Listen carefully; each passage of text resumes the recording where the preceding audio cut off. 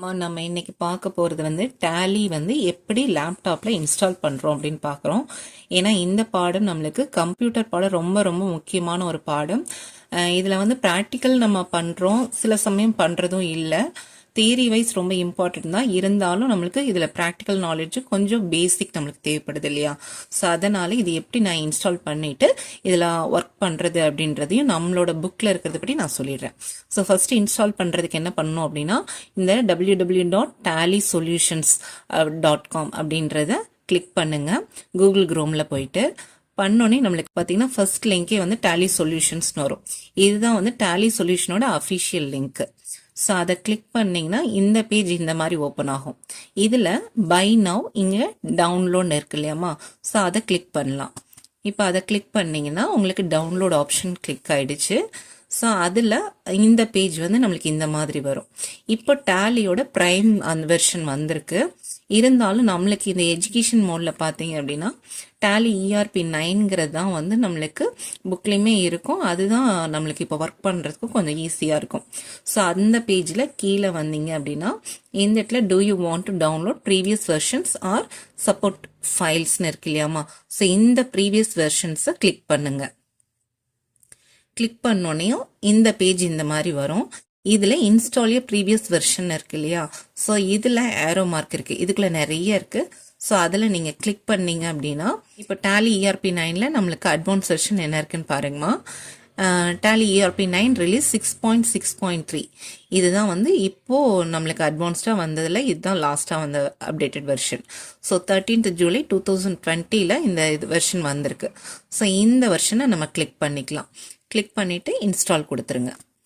Install கொடுத்தோடனே நம்மளுக்கு பார்த்தீங்கன்னா இங்கே டவுன்லோட் சிம்பிளில் வந்துட்டு அந்த டவுன்லோட் வந்து ஃபுல்லாக வந்து ஆகணும். இந்த இடத்துல setup.exe அப்படின்னு சொல்லிட்டு வந்திருக்கு இல்லையா, ஸோ அதை நம்ம கிளிக் பண்ணிக்கலாம்.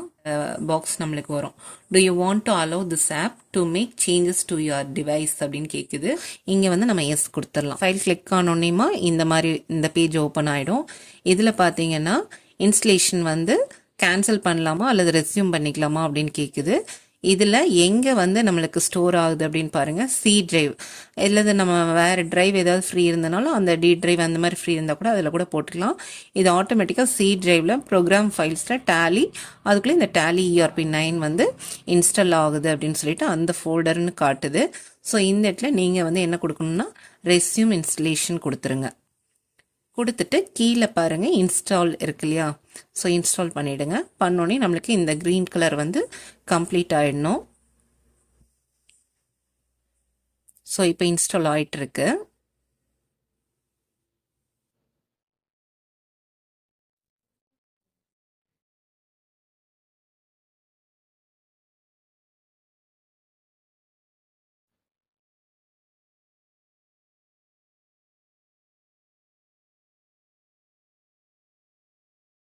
ஸோ இப்போ இந்த மாதிரி இன்ஸ்டால் வந்து கம்ப்ளீட் ஆக போகுதுமா.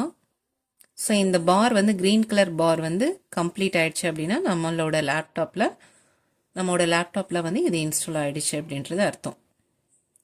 ஸோ இன்ஸ்டால் ஆனதுக்கு அப்புறம் டன் வருது இல்லையா, இதை கிளிக் பண்ணிவிடுங்க.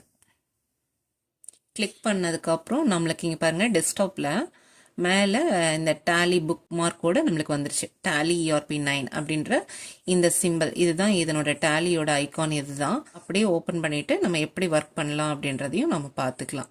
ஸோ யார் வேணாலும் டேலியை இன்ஸ்டால் பண்ணிக்கலாம். இன்ஸ்டால் பண்ணிவிட்டு இது நம்ம எப்படி யூஸ் பண்ணணும் அப்படின்னா எஜுகேஷன் பர்பஸ்க்காக தான் இதை நம்ம பண்ணுறோம், நம்ம பிஸ்னஸ் பர்பஸ்க்காக பண்ணலை. ஸோ இதை யூஸ் பண்ணும்போது பார்த்தீங்கன்னா இங்கே நம்மளுக்கு அந்த மோடே கொடுத்துருப்பாங்க, ஒர்க் இன் எஜுகேஷனல் மோட் அப்படின்னு சொல்லிட்டு. ஸோ இதில் நம்மளுக்கு சில ரெஸ்ட்ரிக்ஷன் கொடுத்துருப்பாங்க, அதுபடி நம்ம ஃபாலோ பண்ணிவிட்டு இதை எஜுகேஷன் மோட்லேயே நம்ம வந்து ஆப்ரேட் பண்ணிவிட்டு டேலி ஓரளவுக்கு பேசிக் வரைக்கும் நம்ம ஈஸியாக லேர்ன் பண்ணிக்கலாம். நம்மளுக்கு 12th அக்கௌண்ட்ஸ் புக்கில் இருக்கக்கூடியதையும் அந்த ப்ராக்டிக்கல் ஒர்க்கையும் இந்த எஜுகேஷன் மோட்லேயே வச்சு நம்ம கம்ப்ளீட் பண்ணிக்கலாம். ஓகேவா? ஸோ குவிட்டுக்கு வந்து குவிட் SR நோ கேட்குது, எஸ் கொடுத்துடலாம். டேலி ஐக்கானை வந்து டபுள் கிளிக் பண்ணிக்கோங்க. பண்ணதுக்கப்புறம் பார்த்தீங்கன்னா இங்கே பார்த்தீங்கன்னா ஒர்க் இன் எஜுகேஷனல் மோடு வருது இல்லையா, ஸோ அதில் நம்ம கிளிக் பண்ணிக்கலாம். கம்பெனி இன்ஃபர்மேஷனில் போனோம் அப்படின்னா ஃபர்ஸ்ட் ஒன் பார்த்தீங்கன்னா செலக்ட் கம்பெனி. அப்படின்னா என்ன அர்த்தம்னா 2-3 கம்பெனி இருக்குன்னா நம்மளுக்கு கம்பெனியில் இப்போ டிரான்சாக்ஷன் வந்து என்டர் பண்ண போகிறோம் அப்படின்றதுக்காக அந்த கம்பெனியை செலக்ட் பண்ண சொல்லுது. அடுத்தது பார்த்தீங்கன்னா ஷெட் கம்பெனி அப்படின்னா ஏற்கனவே இருக்கிற ஒரு கம்பெனி க்ளோஸ் பண்ணுறோம் அப்படின்னா ஷெட் கம்பெனி. கிரியேட் கம்பெனினா இப்போதான் ஒரு கம்பெனியவே நம்ம என்ன பண்ணுறோம், புதுசாக கிரியேட் பண்ண போகிறோம். அல்லது அந்த நேம் வந்து ஏதாவது தப்பாக நம்ம போட்டோம் அப்படின்னா அதை வந்து ஆல்ட்ரு பண்ணலாம் அப்படின்றதுக்காக இருந்ததுன்னா ஆல்ட்ரு கம்பெனி. ஸோ இப்போ நமக்கு தேவை ஃபர்ஸ்ட் ஒன் கம்பெனியை வந்து கிரியேட் பண்ணணும். அப்போ அந்த கிரியேட் கம்பெனி ஃபர்ஸ்ட் கிளிக் பண்ணிக்கோங்க. பண்ணோடனே நம்மளுக்கு இந்த பேஜ் புக்கில் இருக்க மாதிரி வரும். ஸோ இந்த இடத்துல நான் ஒரு கம்பெனி நேம் கொடுத்துக்கிறேன், அனிதா அண்ட் கோ அப்படின்றத கொடுத்துக்கிறேன். ஸோ கொடுத்துட்டு டவுன் ஏரோ கிளிக் பண்ணுறோம். Anita and co mailing name அப்படியே வருது. ஸோ அடுத்த அட்ரஸில் ஏதாவது ஒன்று கொடுத்துக்கலாம். 45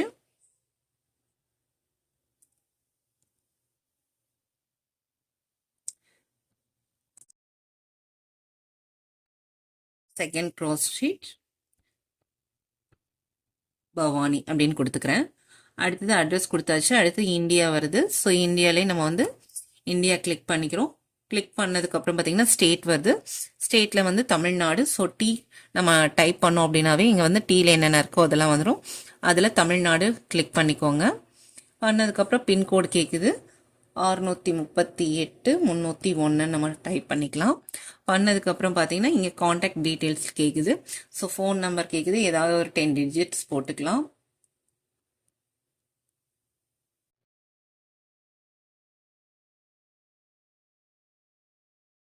அதுக்கப்புறம் ஃபோன் நம்பர் அது ஏதாவது இருந்தால் நம்ம போடலாம், இமெயில் இருந்தாலும் போட்டுக்கலாம். வெப்சைட் அட்ரஸ் என்னன்றது நம்மளோட கம்பெனி. ஸோ இப்போ நமக்கு டேலி வந்து நம்ம அட் ப்ரெசென்ட் ஓப்பன் பண்ணியிருக்கோம் அப்படின்றனால இந்த வருஷத்தோட ஃபினான்ஷியல் இயரோட ஸ்டார்டிங் டேட் வந்திருக்கு. ஸோ 1/4/2024 ஆரம்பிக்குது. புக்ஸ் பிகினிங் ஃப்ரம் அப்படின்னு சொல்லிட்டு அந்த டேட்டும் அதே தான். ஸோ அப்போ தான் நமக்கு ஃபினான்ஷியல் இயரும் ஸ்டார்ட் ஆகுது. நம்ம அக்கௌண்ட்ஸும் அப்போ தான் இந்த வருஷத்துக்கு நம்ம ஸ்டார்ட் பண்ணியிருக்கோம் அப்படிங்கிறது ஆட்டோமேட்டிக்காக அதுவே டேட் ஜென்ரேட் ஆயிருக்கு. அடுத்தது பார்த்தீங்கன்னா டேலி வால்ட்டுக்கு பாஸ்வேர்டு ஏதாவது இருக்கா அப்படின்னா நம்ம போட்டு வச்சிட்டோம்னா போட்டுக்கலாம். ஏன்னா நம்மளை தவிர வேற யாரும் யூஸ் பண்ணக்கூடாது அப்படின்றதுக்காக செக்யூரிட்டி கண்ட்ரோல்லாம் நான் இங்கே நோ கொடுத்துருக்கேன். ஸோ இதெல்லாம் கிளிக் பண்ணதுக்கப்புறம் இங்கே பேஸ் கரன்சி சிம்பிள் இந்தியா அப்படிங்கிறனால ருபி சிம்பிள் வந்துடுச்சு. ஸோ ஃபார்மல் நேம் INR வந்துடும். அடுத்தது பார்த்தீங்கன்னா சஃபிக்ஸ் சிம்பிள் அதெல்லாம் எதுவும் வேண்டாம். அடுத்தது இது எல்லாமே அப்படியே எஸ் கொடுத்துட்டு ஸோ அமௌண்ட் இன் மில்லியன்ஸ் இதெல்லாம் நமக்கு தேவையில்லை. ஸோ நோ கொடுத்துடலாம். Number of decimal places 2 digit போதும். Word representing amount after decimal பைஸில் கொடுத்துடலாம். ஸோ அதெல்லாம் ஆட்டோமேட்டிக்காகவே வந்துருச்சு நம்மளுக்கு. ஓகேவா, டிஃபால்ட்டாக வந்திருக்கும். Number of decimal places for amount in words அதுவும் வந்து 2 டிஜிட் கொடுத்துக்கலாம். இப்போ இது வரைக்கும் நம்ம எல்லாமே என்டர் பண்ணதுக்கப்புறம் இந்த பாக்ஸ் வந்திருக்கு பாருங்க, அக்செப்ட் எஸ் ஆர் நோன்னு கேட்குது. ஸோ எஸ் அப்படிங்கிறனால நம்ம ஒய் வந்து கிளிக் பண்ணோம்னாவே போதும். ஆட்டோமேட்டிக்காக இப்போ அந்த கம்பெனி வந்து ஜென்ரேட் ஆயிடுச்சு. ஸோ ஆல்ரெடி நான் வந்து ஒரு ரஃபாக ஒரு கம்பெனி கிரியேட் பண்ணி வச்சிருந்தேன் ஏஏ அப்படின்ற பேரில். இப்போ அடுத்த கம்பெனி நம்ம ஓப்பன் பண்ணது அனிதா அண்ட் கோ. ஸோ இப்போ 2 கம்பெனி நம்ம கிட்ட இருக்கு. இந்த இடத்துல பாருங்க F11 இருக்கு ஃபியூச்சர்ஸ். ஸோ அதை கிளிக் பண்ணிக்கோங்க. கிளிக் பண்ணதுக்கு அப்புறம் அக்கௌண்டிங் ஃபியூச்சர்ஸ் நம்மளுக்கு எப்படி எல்லாம் வேணும். இப்போ ஒரு சில கம்பெனிக்கு என்னெல்லாம் தேவையோ அவங்களுக்கு தேவையான தகவல் எடுத்துக்காங்க. ஒரு சில கம்பெனிக்கு அந்த தகவல் தேவையில்லாததா இருக்கும். அந்த மாதிரி இருந்தா என்னெல்லாம் இருக்கணும் நம்மளுக்கு புக்ல லைன் 1 by 1 இருக்கு. ஸோ அதை அப்படியே நம்ம வந்து இதுல இம்ப்ளிமெண்ட் பண்ணிட்டே வரலாம். ஃபர்ஸ்ட் மெயின்டைன் அக்கௌண்ட்ஸ் ஒன்லி அப்படின்னு இருக்கு இல்லையா. ஸோ அது பார்த்தீங்கன்னா நம்மளுக்கு பேஜ் நம்பர் 333 7வது பாயிண்டா இருக்கு. மெயின்டைன் அக்கௌண்ட்ஸ் ஒன்லி அப்படின்றத நம்ம என்ன பண்ணணும்னு சொல்லி கொடுத்துருக்காங்க அப்படின்னா எஸ்னா ஒய் கிளிக் பண்ணுங்க. இதுவே வந்து நோனா என் கிளிக் பண்ணா போதும். அடுத்து பார்த்தீங்கன்னா இன்டெகிரேட் அக்கௌண்ட்ஸ் அண்ட் இன்வென்ட்ரி அப்படின்னு இருக்கு இல்லையாமா. ஸோ அது வந்து நம்மளுக்கு இன்வென்ட்ரி நம்ம மெயின்டைன் பண்ண போறது இல்லை. அதனால அதுக்கு வந்து நம்ம நோ கொடுத்துடலாம். அவங்க வந்து எஸ் கொடுத்துருப்பாங்க, அந்த இடத்துல நோ கொடுத்துருங்க. கொடுத்ததுக்கு அப்புறம் இப்போ மீதி இருக்கிறதுலாம் வேற என்னென்ன இருக்கு அப்படின்னு பார்த்துக்கலாம். ஸோ புக்ல அடுத்த பேஜ்ல 334 என்னெல்லாம் எஸ் இருக்கோ என்னெல்லாம் நோ இருக்கோ அப்படியே கொடுத்துட்டே வாங்க. நம்மளும் அதே மாதிரி கொடுத்தோம்னா கரெக்டா நம்மளுக்கும் இதுல வந்து ப்ராக்டிக்கல் ஒர்க் பண்றதுக்கு ஈஸியா இருக்கும். அடுத்தது நோ. அப்புறம் பார்த்தீங்கன்னா 4 நோ லைனா இருக்கும். ஸோ இதெல்லாமே ஒவ்வொன்றா நீங்க படிச்சு பார்த்துருங்க. அடுத்தது கீழே எல்லாமே நோ தான். இந்த சைடில் பார்த்தோம் அப்படின்னா நம்மளுக்கு 2 எஸ் இருக்கு, 3 நோ இருக்கு, அதுக்கப்புறம் 2 நோ, மறுபடியும் ஃபர்ஸ்ட் ஒன் எஸ், அதுக்கப்புறம் 3 நோ இருக்கு, எல்லாமே அதுக்கப்புறம் நோ தான். ஸோ இதெல்லாம் கொடுத்துட்டு நம்ம அப்படியே லைனாக 1 by 1 கொடுத்துட்டே வாங்க. கொடுத்துட்டே வந்ததுக்கு அப்புறம் இங்க அக்செப்ட் எஸ்ஆர் நோ கேட்கும். ஸோ எஸ்ஆர் நோ கேட்கும் போது நம்ம இந்த இடத்துல எஸ் கொடுத்துடலாம். ஸோ இந்த மாதிரி எனக்கு அக்கௌண்ட்ஸ் வேணும் அப்படின்னு நம்ம சொல்லி கிரியேட் பண்ணிக்கிறோம். ஸோ நமக்கு எப்படியெல்லாம் டேட்டா வேணும் அப்படின்றத நம்ம இந்த இடத்துல கொடுத்தோம் அப்படின்னா டேலி அதுக்கேற்ற மாதிரி நம்மளுக்கு ரெடி பண்ணி கொடுத்துரும். ஓகேவா? ஏன்னா கேட்வே ஆஃப் டேலி அப்படின்ற இந்த பேஜ் ஓப்பன் ஆயிடுச்சு இல்லையா? ஸோ இதுதான் நம்மளோட மெயின் பேஜ். இது வந்து நம்மளுக்கு பேஜ் நம்பர் 332ல 10.4ல ஒரு பிக்சர் கொடுத்துருக்காங்க பாருங்க, அந்த பிக்சர் தான் இது. ஸோ இதுக்குள்ள இந்த கேட்வே ஆஃப் டேலில ஃபர்ஸ்ட் ஒன் பாத்தீங்கன்னா மாஸ்டர்ஸ்ல பாத்தீங்கன்னா அக்கௌண்ட்ஸ் இன்ஃபர்மேஷன் இருக்கும். ஸோ அதை உள்ள கிளிக் பண்ணி பார்த்தோம்னா நம்மளுக்கு என்னென்ன இருக்குன்னா குரூப், அதாவது ஒவ்வொரு குரூப் எது அப்படின்றது இருக்கும். இப்ப கடனாளிகள் ஒரு குரூப், கடனீந்தோர் ஒரு குரூப், ஸோ இந்த நடப்பு சொத்துக்கள் ஒரு குரூப், நிலை சொத்துக்கள் ஒரு குரூப், நடப்பு பொறுப்புகள் ஒரு குரூப், நீண்ட கால பொறுப்புகள் ஒரு குரூப். ஸோ குரூப் அப்படிங்கிறது வந்து மெயின் ஹெட்டிங். அதுக்கப்புறம் லெட்ஜர்னு ஒன்று இருக்கு பாருமா, இந்த லெட்ஜர்ங்கிறது வந்து பேரேடுன்னு சொல்லுவோம். மந்த்ல வந்து போட்டிருப்பீங்க ரொக்க கணக்கு பேரேடு, அந்த மாதிரி எத்தனை குறிப்பேடு இருந்தாலும் அந்த ஒவ்வொரு குறிப்பேட்டில் இருக்கக்கூடிய ஒரு பற்று ஒரு வரவுக்கு ஒரு பேரேடு கிரியேட் பண்ணியிருப்பீங்க இல்லையா, அந்த பேரேடுக்கு தான் இங்க என்னன்னு பேரு லெட்ஜர். வந்து ஒரு லெட்ஜரை கிரியேட் பண்ண முடியும். டிஸ்பிளே அப்படிங்கிறது வந்து ஏற்கனவே இருக்கிற லெட்ஜரை ஓபன் பண்ணி பார்க்குறோம். ஆல்டருங்கிறது ஏற்கனவே இருக்கக்கூடிய லெட்ஜரை ஏதாவது சேஞ்சஸ் பண்றத நம்ம பண்ணிக்கலாம். அடுத்தது மல்டிபிள் லெட்ஜர்ஸ் அப்படின்னா ஒரே டைம்ல நம்ம நிறைய லெட்ஜர்ஸ் கிரியேட் பண்றதா இந்த ஆப்ஷன் போய்க்கலாம். நிறைய லெட்ஜர்ஸ் ஒரே டைம்ல பாக்குறது அப்படின்னா டிஸ்பிளேல போய் பார்த்துக்கலாம். நிறைய லெட்ஜர்ல ஒரே டைம்ல ஆல்டர் பண்ணணும் அப்படின்னா இதுல போய் பண்ணிக்கலாம். ஸோ இதுதான் வந்து லெட்ஜருக்குள்ள இருக்கும். ஸோ இதுவும் வந்து நம்ம பார்த்துட்டோம், அதனால பிட் கொடுத்துடலாம். பிட் கொடுத்துட்டு இப்போ அடுத்தது என்ன இருக்குன்னு பாத்தீங்கன்னா வவுச்சர்ஸ் டைப்ஸ் இருக்கும். ஸோ இந்த அக்கௌண்ட்ஸ் இன்ஃபர்மேஷன்லேயே கீழே பாருங்க வவுச்சர் டைப்ஸ். ஸோ இது ரொம்ப ரொம்ப முக்கியமா. இந்த வவுச்சர் டைப்ல பாத்தீங்க அப்படின்னா நம்மளுக்கு நிறைய இருக்கும். இதுல நம்மளுக்கு புக்ல ஒரு 6 வவுச்சர் கொடுத்துருக்காங்கம்மா. இந்த 6 வவுச்சர் நம்ம வந்து தியரியில பார்த்துருப்போம். என்னென்ன வவுச்சர் அப்படின்னா receipt voucher, payment voucher, contra voucher, purchase voucher, sales voucher, Journal voucher. So இங்க என்னென்ன இருக்குன்னு பாருங்க. கான்ட்ரா வவுச்சர் அப்படிங்கிறது வந்து எதிர்பதிவு சான்றாவணம் அப்படிங்கிறத கான்ட்ரா வவுச்சர். அதுக்கப்புறம் இங்க பேமெண்ட் வவுச்சர் அப்படிங்கிறது வந்து செலுத்துதல் சான்றாவணம். செலுத்தல் சான்றாவணத்தை தான் பேமெண்ட் வவுச்சர் அப்படின்னு சொல்றோம். அடுத்தது பாத்தீங்கன்னா பர்ச்சேஸ் வவுச்சர். பர்ச்சேஸ் வவுச்சர் அப்படிங்கிறது வந்து கொள்முதல் சான்றாவணம் அப்படிங்கிறது தான் பர்ச்சேஸ் வவுச்சர். அடுத்தது சேல்ஸ் வவுச்சர் அப்படிங்கிறது வந்து விற்பனை சான்றாவணத்தை தான் வந்து நம்ம வந்து சேல்ஸ் வவுச்சர் அப்படின்னு சொல்றோம். ஓகேவா? ஸோ இதெல்லாம் இல்லாம உரிய குறிப்பீடு சான்றாவணத்தை தான் ஜேர்னல் வவுச்சர் அப்படின்னு சொல்லுவோம். ஸோ இது எல்லாமே வவுச்சரோட டைப்ஸ்ல இருக்கும். வவுச்சர் டைப்ஸ்லயும் நம்ம வந்து ஏதாவது கிரியேட் பண்றோம்னா கிரியேட் பண்ணிக்கலாம். டிஸ்பிளே ஓபன் பண்ணி பார்க்கணும் பண்ணலாம், அல்லது ஆல்டர் பண்றதுனால பண்ணிக்கலாம். இல்லை இது தேவையில்லை அப்படின்னா பிட் கொடுத்துட்டு நம்ம வந்து வெளியில வந்துடலாம். ஓகேவா?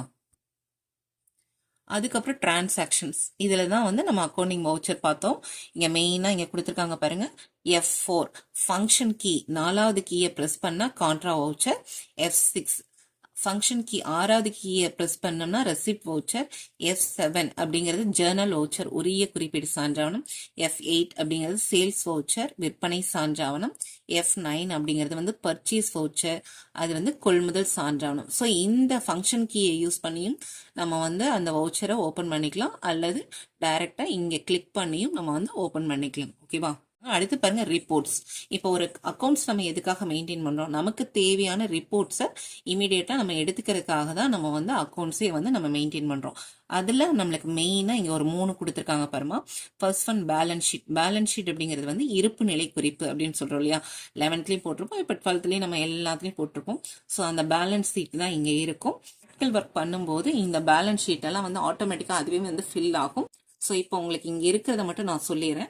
லைபிலிட்டிஸ் அப்படிங்கிறது வந்து பொறுப்புகள், அசெட்ஸ் அப்படிங்கிறது வந்து சொத்துக்கள். ஓகேவா? இந்த லைபிலிட்டிஸ் கீழே கேபிட்டல் அக்கௌண்ட்ங்கிறது முதல் கணக்கு, லோன்ஸ் அப்படிங்கிறது கடன், நீண்ட கால கடன், குறுகிய கால கடன் இருக்கும் இல்லையா. ஸோ லோன்ஸ் லைபிலிட்டி அப்படிங்கிறது நீண்ட கால பொறுப்பு, கரண்ட் லைபிலிட்டிஸ் அப்படிங்கிறது வந்து நடப்பு பொறுப்புகளை தான் சொல்றோம். அடுத்து ப்ராஃபிட் அண்ட் லாஸ் அக்கௌண்ட்ல ஏதாவது நம்மளுக்கு லாப நட்ட கணக்குல ஏற்கனவே ஏதாவது ஓப்பனிங் பேலன்ஸ் இருக்கு அல்லது இப்போ இருக்கு அப்படின்னா அதுவும் வந்து லயபிலிட்டிஸ்ல காட்டும். இந்த பக்கம் அசெட் சைடு பாத்தீங்கன்னா கரண்ட் அசெட்ஸ் அப்படிங்கிறது நடப்பு சொத்துக்கள், பிக்சட் அசெட்ஸ் அப்படிங்கிறது வந்து நீண்ட கால சொத்துக்கள், அதுதான் நம்ம வந்து சொல்லுவோம். ஓகேவா? ஸோ இதுக்குள்ள பேலன்ஸ் ஷீட்டுக்குள்ள இது இருக்கும். நம்ம ப்ராக்டிக்கலாக ஒர்க் பண்ணும்போது இது ஆட்டோமேட்டிக்காக எல்லாமே ஃபில் ஆகி உங்களுக்கு அமௌண்ட்டாக காட்டும். அப்போ நான் எப்படி வரும்ன்றதை காட்டுறேன். ஓகேவா? லாப நட்ட கணக்குன்றத இங்கிலீஷில் நம்ம வந்து ப்ராஃபிட் அண்ட் லாஸ் அக்கௌண்ட் அப்படின்னு சொல்லுவோம். ஸோ இந்த இடத்துல நம்மளுக்கு வந்து நெட் ப்ராஃபிட்டா அல்லது நெட் லாஸா அப்படின்றது வந்து நமக்கு தெரிஞ்சுக்க முடியும். ஓகேவா? அடுத்த ரிப்போர்ட் என்ன இருக்குன்னு பார்த்தீங்கன்னா ரேஷியோ அனாலிசிஸ். இது வந்து இப்போ நம்ம லாஸ்ட்டாக படித்த பாடம் 9வது பாடம் அக்கௌண்ட்ஸில் இருக்குல்ல 12th விகித பகுப்பாய்வு அப்படிங்கிறது தான் நம்ம வந்து இங்கே கொடுத்துருக்காங்க ரேஷியோ அனலைசிஸ். ஸோ அதில் இருக்கக்கூடியது இங்கே என்னென்ன இருக்குது அப்படின்றத எல்லாமே நம்ம சதவீதம் நீங்கள் ஒவ்வொன்றா ஃபார்முலா மனப்பாடம் பண்ணி கணக்கு போட்டது எல்லாம் வித்தின் செகண்டில் உங்களுக்கு அழகாக இது வந்து கால்குலேட் பண்ணி கொடுத்துரும்.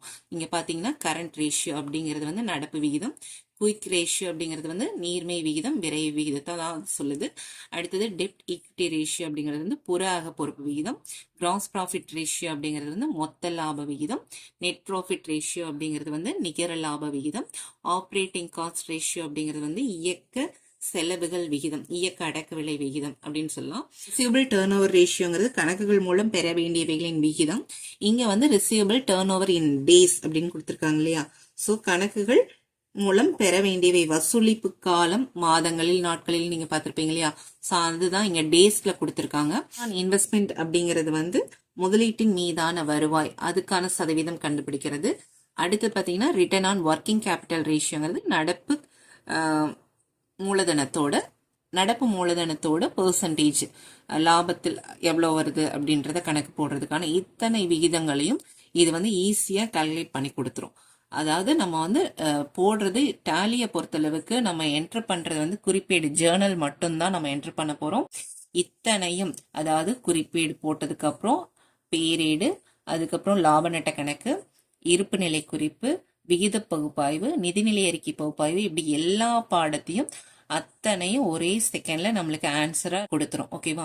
இந்த கேட்வே ஆஃப் டேலி அப்படின்றது தெரிஞ்சதுனாதான் நம்ம வந்து உள்ள எதுக்குள்ள போகணும், எதுல போய் நம்ம என்டர் பண்ணணும் அப்படின்ற விஷயங்களை நம்ம ஈஸியா கத்துக்க முடியும். அப்புறம் நம்ம வந்து பிராக்டிக்கல் எப்படி ஒர்க் பண்ணலான்றத அடுத்த வீடியோல பார்க்கலாம்.